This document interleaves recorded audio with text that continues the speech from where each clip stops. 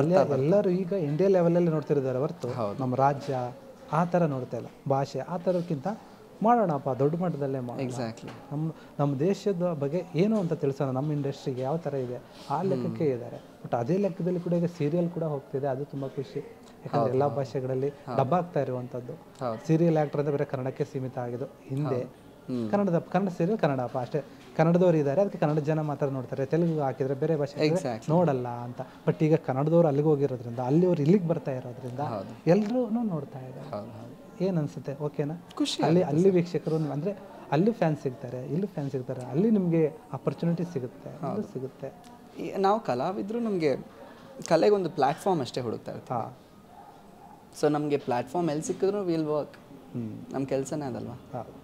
ಖಂಡಿತ. ಇದೆಲ್ಲ ಓಕೆ ಆಯಿತು. ಇನ್ನೇನು ಸಿದ್ಧಾರ್ಥ ಅವ್ರಿಗೆ ಹೆಸರು ಇದೆ, ಇವಾಗ ಕೆಲಸನೂ ಇದೆ, ತುಂಬ ಜನಕ್ಕೆ ಗೊತ್ತು ಕೂಡ, ಫ್ಯಾನ್ಸೇ ಇದ್ದಾರೆ. ಬಟ್ ನಿಮ್ಮ ಪರ್ಸ್ನಲ್ ವಿಚಾರಕ್ಕೆ ಬರೋದಾದರೆ ಮನೇಲಿ ಏನಾದರೂ ಮದುವೆ ಆಗಿದ್ದೇವೆ ಮಾತುಕತೆ?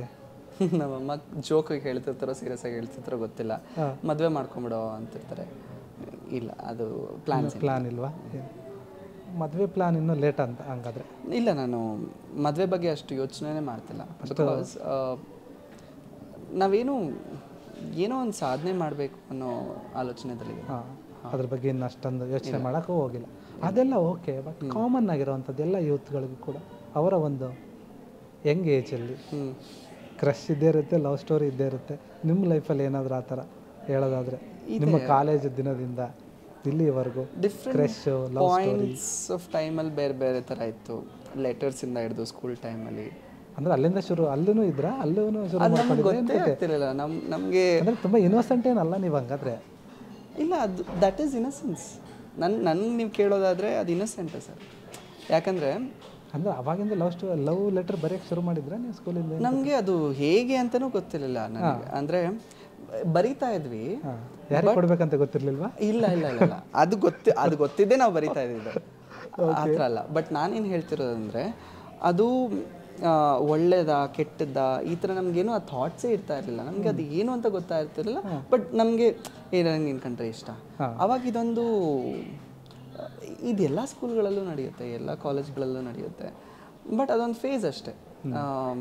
ಇವರು ರಮೇಶ್ ಸರ್ ಒಂದು ಚೆನ್ನಾಗಿ ಹೇಳ್ತಾರೆ ಆ ಮಾತು, ಯಾವ್ಯಾವ ಪಾಯಿಂಟಲ್ಲಿ ಏನೇನು ನಡಿಬೇಕೋ ಅದು ನಡೀತಾ ಹೋದರೆ ಅದೇ ಜೀವನದ್ದು ಬ್ಯೂಟಿ. ರಮೇಶ್ ಅರವಿಂದ್ ಸರ್ ಆ ಥರದ್ದು ತುಂಬ ಮೋಟಿವೇಶನ್ ಸ್ಪೀಚ್, ಅದೇ ಬ್ಯೂಟಿ. ಹೌದು. ಆ್ಯಂಡ್ ಅವರು ಮಾತು ಕೋಟ್ ಮಾಡೋದಾದರೆ ಹೀಲ್ಸೆ ಮದುವೆ ಆಗಿ ನಿಮ್ಮ ಕರೆಕ್ಟ್ ಟೈಮಿಗೆ ಮದುವೆ ಆಗಿ ಅದೇ ಬ್ಯೂಟಿಫುಲ್ ಆಗಿರುತ್ತೆ. ನಾವು ತುಂಬ ಒಂದು ಚೆನ್ನಾಗಿ ಹೇಳಿದ್ದಾರೆ ಒಂದು ಮಾತು. ಅದು ಲೈಫಲ್ಲಿ ಕೆಲಸ ಮಾಡಬೇಕು, ಸೆಟ್ಲ್ ಆಗಬೇಕು, ಅದೆಲ್ಲ ಓಕೆ. ಬಟ್ ಒಂದು ಸರಿಯಾದ ಏಜ್ ಅಂತ ಬಂದರೆ ನೀವು ಮದುವೆ ಆಗಬೇಕು, ಅದನ್ನು ಆಗಿ ಅವೆಲ್ಲ ಯೋಚನೆ ಮಾಡಬೇಡಿ. ಎಕ್ಸಾಕ್ಟ್ಲಿ ಟೈಮಲ್ಲಿ ಆಗಿ ಏನಾಗಬೇಕು ಅದಾದ್ರೆ ಮಾತ್ರ ನಿಮ್ಮ ಲೈಫಿಗೆ ಒಂದು ಅರ್ಥ ಸಿಗುತ್ತೆ. ತುಂಬ ಜನ ಹೇಳ್ತಾರೆ ನಾವು ಸೆಟಲ್ ಆದಮೇಲೆ ನಾವು ಮದುವೆ ಆಗಬೇಕು ಅಂತ ಯೋಚನೆ ಮಾಡ್ತಿರ್ತಾರೆ. ಹಿ ಸೇಸ್ ಕಷ್ಟಪಡೋ ಏನಂತಾರೆ ಬಾಳ ಸಂಗಾತಿನ ಹುಡುಕೊಳ್ಳಿ. ಹೌದು, ನಿಮಗೆ ಸಪೋರ್ಟಿವ್ ಆಗಿರೋರನ್ನ ಹುಡುಕೊಳ್ಳಿ. ಯಾಕೆ ಸೆಟ್ಲ್ ಆದ್ಮೇಲೆ ಆಗಬೇಕು, ಇಲ್ಲ ಅವರು ಕೂಡ ಸೆಟ್ಲ್ ಆಗಿರೋನೇ ನೋಡ್ಬೇಕಂತ ನೋಡೋದಲ್ಲ, ಇಬ್ರು ಸೇರ್ಕೊಂಡು ಸೆಟ್ಲ್ ಆಗಿ. ಬಟ್ ಇವಾಗಿರೋ ಸಿಚುವೇಶನಲ್ಲಿ ನನಗದು ಆ ಥರ ಹುಡುಕಿ ಯಾರೋ ಒಬ್ಬರ ಮೇಲೆ ನನ್ನ ಬರ್ಡನ್ ಹಾಕೋದಕ್ಕೆ ನನಗೆ ಐ ಆಮ್ ನಾಟ್ ರೆಡಿ ಸದ್ಯಕ್ಕೆ. ನೋಡೋಣ ಫ್ಯೂಚರ್. ಅದು ಸ್ಕೂಲು ಓಕೆ, ಮದುವೆದು ಒಂದು ಕಡೆ ಓಕೆ. ಬಟ್ ನಿಮ್ಮ ಎಂಗೇಜಲ್ಲಿ ಕಾಲೇಜ್ ಡೇಸಲ್ಲಿ ಡಿಗ್ರಿ PU ಅಲ್ಲಿ ತುಂಬ ಟೈಮಲ್ಲಿ ಡಿಗ್ರಿ ಟೈಮಲ್ಲಿ ನಮ್ಮದು ಸ್ವಲ್ಪ ನಾನು ಕಾಲೇಜ್ಗೆ ಅಷ್ಟು ಹೋಗ್ತಾ ಇರಲಿಲ್ಲ. ನಂದು ಮೇನ್ ಫೋಕಸ್ ಇದ್ದಿದ್ದು ಟ್ಯೂಷನ್ಸ್ ಮಾಡ್ತಿದ್ದೆ. ಆ ಟೈಮಲ್ಲಿ ಯಾವುದೋ ಒಂದು ಇಂಟರ್ನ್ಶಿಪ್ಪು ಮಾಡ್ತಿದ್ದೆ ಟ್ಯೂಷನ್ ಜೊತೆಗೇ. ಅದಾದಮೇಲೆ ಅದೇ ಬಿಸ್ನೆಸ್ ಕಮ್ಯುನಿಕೇಷನ್ ಏನೋ ಕೋರ್ಸ್ ಏನೋ ಇತ್ತು, ಅದು ನಾನು ಅರ್ಧದಲ್ಲೇ ಬಿಟ್ಟೆ. ನನ್ಗೆ ಅವಾಗ ಲೈಫಲ್ಲಿ ಏನು ಮಾಡಬೇಕು ಅನ್ನೋ ಪ್ರಾಸೆಸ್ ಟೈಮ್ ಕೊಡೋಷ್ಟು ನನಗಷ್ಟು ಟೈಮ್ ಸಿಗಲಿಲ್ಲ. ಅಂದರೆ ಇಟ್ ವಾಸ್ ಜಸ್ಟ್ 3 years. ಅದಾದಮೇಲೆ ಕೋವಿಡು ಬಂತು. ಆ ಕೋವಿಡ್ ಟೈಮಲ್ಲಿ ನಮಗಷ್ಟು ಟೈಮ್ ಸಿಗಲ್ಲ, ಮನೇಲಿ ಇರ್ತಿದ್ವಿ. ಆ ಕೋವಿಡ್ ಸೆಕೆಂಡ್ ಲಾಕ್ಡೌನ್ ಆದಮೇಲೆ ನಮ್ಮ ಅಣ್ಣನ ಕೆಫೆ ಸ್ಟಾರ್ಟ್ ಆಯಿತು. ಆ ಟೈಮಲ್ಲಿ ನಾನೊಂದು 88 kg ಹೋಗಿದ್ದೆ, ಅಲ್ಲಿಂದ 70 kg ತನಕ ಇಳಿಸ್ದೆ. ಸೊ ನನ್ನ ಹೆಲ್ತು ನನ್ನ ಬಾಡಿ ಬರೀ ಅದ್ರ ಮೇಲೆ ಇತ್ತು ಗಮನ, ಬೇರೆ ಏನೂ ಇರಲಿಲ್ಲ. ಅವಾಗ ಓಕೆ. ಈಗ ಅಂತೂ ಆಗಿದ್ದೀರಾ, ತುಂಬ ಗುರುತಿಸ್ಕೊಂಡಿದ್ದೀರಾ, ತುಂಬ ಹ್ಯಾಂಡ್ಸಮ್ ಆಗಿದ್ದೀರಾ. ಇನ್ನೇನು ಬೇಕು ಹುಡುಗಿಯರಿಗೆ? ಏನಾದರೂ ಯಾರಾದರೂ ಕಡೆಯಿಂದ ಅಪ್ರೋಚ್ ಬಂದಿರೋಂಥದ್ದು? ಹುಡುಗಿರಿಗೆ ಏನು ಬೇಕಾಗುತ್ತೆ ಅಂತ ನೀವು ಹೇಳ್ತಾ ಇದ್ದೀರಾ, ನಮ್ಗೇನು ಬೇಕಾಗುತ್ತೆ ಅಂತ ನೀವು ಕೇಳ್ತಾ ಅಲ್ಲ, ಅವ್ರ ಹುಡುಗಿರ ಕಡೆಯಿಂದ ಏನಾದರೂ ನಿಮ್ಗೆ ಅಪ್ರೋಚ್ ಬಂದಿರೋದು? ಬರ್ತಾ ಇರುತ್ತೆ ಸರ್. ಬಟ್ ನಮಗೇನು ಇವಾಗ ಫಸ್ಟ್ ಆಫ್ ಆಲ್ ನನ್ನ ಫೋಕಸ್ ಇರೋದು ನಮ್ಮ ತಾಯಿಗೆ ಏನಾದರೂ ಮಾಡಬೇಕು ಅಂತ ಗೋಲ್ ಇರೋದು ಅದು. ಆ್ಯಂಡ್ ವರ್ಕಲ್ಲಿ ಎಸ್ಪೆಷಲಿ ತುಂಬ ಅಗ್ಲಿ ಆಗೋಗುತ್ತೆ. ತುಂಬ ಕೇಳ್ಪಟ್ಟಿರ್ತೀರ ನೀವು, ಸಿನ್ಸ್ ಮೀಡಿಯಾದಲ್ಲಿ ಇರ್ತೀರಲ್ಲ, may be they find their partners ಇಂಡಸ್ಟ್ರಿಯಲ್ಲಿ, ಬಟ್ ತುಂಬ ಸಲ ಅದನ್ನು ಹಾಳಾಗುತ್ತೆ. ಆ್ಯಂಡ್ ಇಂಡಸ್ಟ್ರಿಯಲ್ಲಿ I do not want to have any kind of connections. ಆ ಥರ ಪ್ರೊಫೆಷ್ನಲ್ ಫ್ರೆಂಡ್ಸ್, ಅದಾದಮೇಲೆ ಜನರಲ್ ಫ್ರೆಂಡ್ಸ್, ಅದು ಬಿಟ್ಟರೆ ಅದಕ್ಕಿಂತ ಜಾಸ್ತಿ ನಾನು ಕ್ಲೋಸ್ ಆಗೋದಕ್ಕೆ ಹೋಗಲ್ಲ, ಎಸ್ಪೆಷಲಿ ಇಂಡಸ್ಟ್ರಿಯಲ್ಲಿ. ನನಗೆ ನನ್ನ ಪರ್ಸ್ನಲ್ ಲೈಫ್ ನನಗೆ ತುಂಬ ಪ್ರೈವೇಟ್, ನನಗೆ ತುಂಬ ಕ್ಲೋಸ್ ಅದು. ಅದಕ್ಕೆ ನಾನು ತುಂಬ ವ್ಯಾಲ್ಯೂ ಕೊಡ್ತೀನಿ. ನನ್ನ ಫ್ಯಾಮಿಲಿಗೆ ನನ್ನ ಕೆಲಸ ಒಂದು ಮಾಡಲ್ಲ. ನನ್ನ ಕೆಲಸನೇ ಸಪ್ರೇಟ್ ಆಗಿರಬೇಕು, ನನ್ನ ಫ್ಯಾಮಿಲಿ ಸಪ್ರೇಟ್ ಆಗಿರಬೇಕು. ಆ್ಯಂಡ್ ನನ್ನ ಪಾರ್ಟ್ನರ್ ಅಂತ ನಾನು ಏನಾದರೂ ಚೂಸ್ ಮಾಡ್ಕೊಳ್ತೀನಿ ಅಂದರೆ ಅದು ಕೂಡ ನನಗೆ ತುಂಬ ಪ್ರೈವೇಟ್ ಆಗಿರುತ್ತೆ. ಅದು that will come as a part of my family. ಅವ್ರನ್ನ ನಾನು ಫ್ಯಾಮಿಲಿ ಅಂತ ಕನ್ಸಿಡರ್ ಮಾಡಿದ್ಮೇಲೆ ನಾನು ಅವ್ರ ಜೊತೆ ಮದುವೆ ಆಗಿರ್ಬೋದು, ಏನಾದರೂ ಆಗಿರ್ಬೋದು. ನಾನು ತುಂಬ ಪ್ರೈವೇಟ್ ಆಗಿರೋಕ್ಕೆ ಇಷ್ಟಪಡ್ತೀನಿ. ಓಕೆ. ಯಾಕಂದರೆ ಈಗ ನಾವು ಒಂದು ಸ್ಕ್ರೀನ್ಗೆ ಅಂತ ಬಂದಾಗ, ಜನರ ಮಧ್ಯೆ ಅಂತ ಬಂದಾಗ, ಯಾವ ಸೆಲೆಬ್ರಿಟಿಗಳ ಒಂದು ಲೈಫು ಕೂಡ ಜಾಸ್ತಿ ಪ್ರೈವೇಟ್ ಆಗಿರೋಕ್ಕೆ ಅಷ್ಟೊಂದು ಆಗಲ್ಲ. ಇವಾಗ ಮೇಂಟೈನ್ ಮಾಡ್ತಾರೆ, ಇಲ್ಲ ಅಂತಲ್ಲ. ಕೆಲವ್ರಿಗೆ ಅವ್ರಿಗೆ ಆದಂಥ ಒಂದು ಪರ್ಸ್ನಲ್ ಇರುತ್ತೆ, ಅದನ್ನು ಅವರೆಲ್ಲೂ ಬಿಟ್ಕೊಡಲ್ಲ, ಅದು ಇರುತ್ತೆ, ಇಲ್ಲ ಅಂತಲ್ಲ. ಬಟ್ ಜಾಸ್ತಿ ಅವರು ಸೋಷಿಯಲಲ್ಲಿ ಇರೋದ್ರಿಂದ, ಜನರ ಮಧ್ಯೆ ಇರೋದ್ರಿಂದ ಆಲ್ಮೋಸ್ಟ್ ಅವರು ಮಾಡ್ತಾರಂಥ ಎಲ್ಲ ಕೆಲಸಗಳು ಏನೇ ಇದ್ರೂ ಗೊತ್ತಾಗ್ತಾನೆ ಇರುತ್ತೆ. ಅದರ ಒಂದು ಭಯನೂ ಇದ್ದೇ ಇರುತ್ತೆ. ಭಯ ಅಂತ ಅಲ್ಲ ಸರ್, ನನಗೆ ಪಾರ್ಟ್ನರ್ಶಿಪ್ ಈಸ್ ವೆರಿ ವ್ಯಾಲ್ಯೂಬಲ್. ತುಂಬ ವ್ಯಾಲ್ಯೂಬಲ್ ಇರೋದನ್ನ ನೀವು ಜೋಪಾನವಾಗಿ ನೋಡ್ಕೋಬೇಕು. ತುಂಬ ಕಣ್ಗಳು ಅದ್ರ ಮೇಲೆ ಬೀಳಬಾರ್ದು, ಸಿಂಪಲ್ ಆಗಿ ಹೇಳಬೇಕಂದ್ರೆ. ಇದು ಓಕೆ. ಬಟ್ ನೀವು ಮಾತಾಡ್ತಾ ಹೇಳಿದ್ರೆ ನಾನು ಅವಾಗೆ ಕೇಳಬೇಕು ಅಂದ್ಕೊಂಡೆ, ನೀವು ಯಾರ್ಯಾರಿಂದ ಏನೇನು ಫೀಡ್ಬ್ಯಾಕ್ ತೊಗೊತೀರಿ, ನನಗೆ ಅವ್ರು ಇಷ್ಟ, ಇವ್ರು ಇಷ್ಟ ಅಂತ ಹೇಳಿ. ಸ್ಪೆಷಲಿ ಅಂತ ಬಂದ ಯಾಕೆ ಈ ವಿಚಾರ ಕೇಳ್ತಿದ್ದೀನಿ ಅಂತ ಅನ್ಕೋಬೋದು ಜನರೆಲ್ಲ, ಬಟ್ ಯಾವುದೋ ಕಾರಣಕ್ಕೆ ಕೇಳ್ತಾ ಇಲ್ಲ. ಅವ್ರವ್ರ ಮನಸ್ಸಲ್ಲಿ ಏನಿದೆ ಒಪಿನಿಯನ್ ಅಂತ ಗೊತ್ತಾಗದ ಕಾರಣಕ್ಕೆ ಕೇಳ್ತಾ ಇರೋವಂಥ ವಿಚಾರ. ನೀವು ಸುದೀಪ್ ಅವರಿಂದನೂ ಕೆಲವೊಂದು ಕಲಿತೀನಿ ಅಂತ ಹೇಳಿದ್ರಿ, ದರ್ಶನ್ ಅವರಿಂದನೂ ಕಲಿತೀನಿ ಅಂತ ಹೇಳಿದ್ರಿ, ಬೇರೆ ಬೇರೆ ಆ್ಯಕ್ಟ್ರಿಂದನೂ ಕಲಿತೀನಿ ಅಂತ ಹೇಳಿದ್ರಿ. ಆದರೆ ಸುದೀಪ್ ಅವರ ಲೈಫ್ ಏನಿದೆ ಅದು ಒಂದು ರೀತಿಯಲ್ಲಿ ಹೋಗ್ತಾ ಇದೆ. ಅದೇ ರೀತಿಯಾಗಿ ದರ್ಶನ್ ಅವರಂಥ ವಿಚಾರ ಬಂದಾಗ ಕೂಡ ಅವ್ರ ಲೈಫೂ ಒಂಥರ ಹೋಗ್ತಾ ಇದೆ. ಯಾಕಂದರೆ ತುಂಬ ಜನಕ್ಕೆ ಗೊತ್ತು ಅವ್ರು ಎಷ್ಟು ಚೆನ್ನಾಗಿದ್ದರು, ಇಬ್ಬರು ಕೂಡ ಎಷ್ಟು ಫ್ರೆಂಡ್ಸ್ ಅಂತ ಗೊತ್ತು. ಬಟ್ ಆದರೆ ಈಗ ದರ್ಶನ್ ಅವರ ಒಂದು ವಿಚಾರವನ್ನು ಕೇಳೋಕ್ಕಂತ ಬಂದಾಗ ಅವರ ಒಂದು ಲೈಫಲ್ಲಿ ಈಗ ಏನು ನಡೀತಾ ಇದೆ ಅದು ನಿಮಗೂ ಗೊತ್ತಿರುತ್ತೆ. ಅವರು ಮಾಡಿದಂತಹ ಒಂದು ಮಿಸ್ಟೇಕು ಅಥವಾ ತಾನಾಗಿ ಬಂದಿದ್ದ ಒಂದು ಆರೋಪನೋ ಏನೋ ಗೊತ್ತಿಲ್ಲ, ಅವರೀಗ ಸ್ವಲ್ಪ ಕಷ್ಟದಲ್ಲಿದ್ದಾರೆ. ಈ ಟೈಮಲ್ಲಿ ಕೆಲವರು ಅವ್ರ ಜೊತೆ ಇದ್ದಂಥವ್ರು ಅವ್ರ ಹತ್ರ ಬರಲಿಲ್ಲ, ಸ್ವಲ್ಪ ದೂರ ಕೂಡ ಪ್ರಯತ್ನ ಮಾಡಿದ್ರು ಕೆಲವರು. ಜನರು ಆಗಲಿ ಅಥವಾ ಯಾರೇ ಆಗಲಿ ತುಂಬ ಅವ್ರ ಮೇಲ್ಗಡೆ ಇದ್ದಾಗ ತುಂಬ ಚೆನ್ನಾಗಿದೆ, ತುಂಬ ಜನ ಹತ್ರ ಇರ್ತಾರೆ. ಏನೂ ಇಲ್ಲದಾಗ ಅವ್ರ ಕಷ್ಟ ಅಂತ ಬಂದಾಗ ಹೊರಟೋಗ್ಬಿಡ್ತಾರೆ. ಇದಕ್ಕೇನು ಹೇಳ್ತಾರೆ? ಅದು ಜೀವನ ಸರ್, ಅದು ಜೀವನ, ಇನ್ನೇನು ಹೇಳೋದಕ್ಕಾಗಲ್ಲ. ಯಾಕಂದರೆ ಅದ್ರ ಬಗ್ಗೆ ಕಮೆಂಟ್ ಮಾಡೋದಕ್ಕೆ ನಾನು ತುಂಬ ಚಿಕ್ಕವನು. ಹೌದು,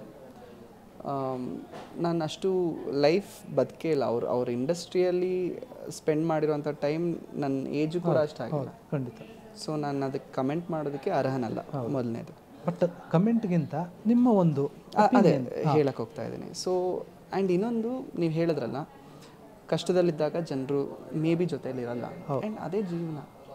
ಅದು ದೊಡ್ಡ ವ್ಯಕ್ತಿಗಳ ಜೊತೆ ಆಗ್ತಿದೆ, ಅದು ನಮಗೆ ಎಲ್ಲರಿಗೂ ಕಾಣಿಸ್ತಾ ಇದೆ. ನಮ್ಮೆಲ್ಲರಿಗೂ ಅದು ನಾವು ನೋಡ್ತಾ ಇದ್ದೀವಿ, ನ್ಯೂಸಲ್ಲಿ ನೋಡ್ತಾ ಇದ್ದೀವಿ.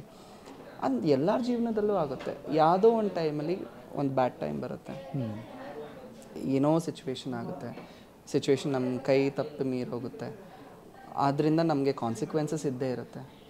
So that is life.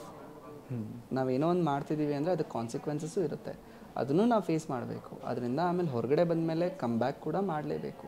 ಹೌದು, ಖಂಡಿತ. ಆ್ಯಂಡ್ ಒಬ್ಬೊಬ್ಬರ ಜೀವನದಲ್ಲಿ ಅದೆಷ್ಟು ಯಥೇಚ್ಛವಾಗಿ ಹೋಗುತ್ತೆ ಅಂದರೆ, ಆ್ಯಂಡ್ ಇವರೆಲ್ಲ ದೊಡ್ಡ ಸ್ಟಾರ್ಸ್. ಅವರು ಈಸಿಯಾಗಿ, ದರ್ಶನ್ ಸರ್ ಅಷ್ಟು ಈಸಿಯಾಗಿ ಆ ಪೊಸಿಷನಲ್ಲಿ ಕೂರಲಿಲ್ಲ, ಸಿಕ್ಕಾಪಟ್ಟೆ ಕಷ್ಟ ಪಟ್ಕೊಂಡು ಹೋದವರು. ಅವ್ರ ತಂದೆ ಎಷ್ಟೇ ದೊಡ್ಡ ಆ್ಯಕ್ಟರ್ ಆಗಿದ್ರು ಅವರು ಕೂಡ ಕಷ್ಟದಿಂದಾನೇ ಬಂದಿದ್ದು, ತುಂಬ ಕೆಳಗಡೆಯಿಂದಾನೇ ಮೇಲೆ. ಎಕ್ಸಾಕ್ಟ್ಲಿ. ಆ್ಯಂಡ್ ಅದು ಅವ್ರ ಜರ್ನಿನ ನಾವು ಎಷ್ಟು ರೆಸ್ಪೆಕ್ಟ್ ಮಾಡ್ತೀವೋ ಹಾಗೆ ಅವ್ರಿಗೂ ಅದೊಂದು ಜೀವನ ಅಷ್ಟೇ, ಜೀವನದೊಂದು ಪಾಠ. ಏನೋ ಒಂದು ಸಿಚುವೇಶನ್ ಬಂದಾಗ, ಸಿಚುವೇಶನ್ ಕೈ ಮೀರೋದಾಗ ಕಾನ್ಸಿಕ್ವೆನ್ಸಸ್ ಇದ್ದೇ ಇರುತ್ತೆ. ಆ್ಯಂಡ್ ಅದ್ರ ಮೇಲೆ ಕಾಮೆಂಟ್ ಮಾಡೋದಕ್ಕಾಗಿರ್ಬೋದು, this is my opinion sir. Every action has a consequence and ಅದನ್ನು ಜಡ್ಜ್ ಮಾಡೋದಕ್ಕೆ ನಾನು ಯಾವ ಪೊಸಿಷನಲ್ಲೂ ಇಲ್ಲ.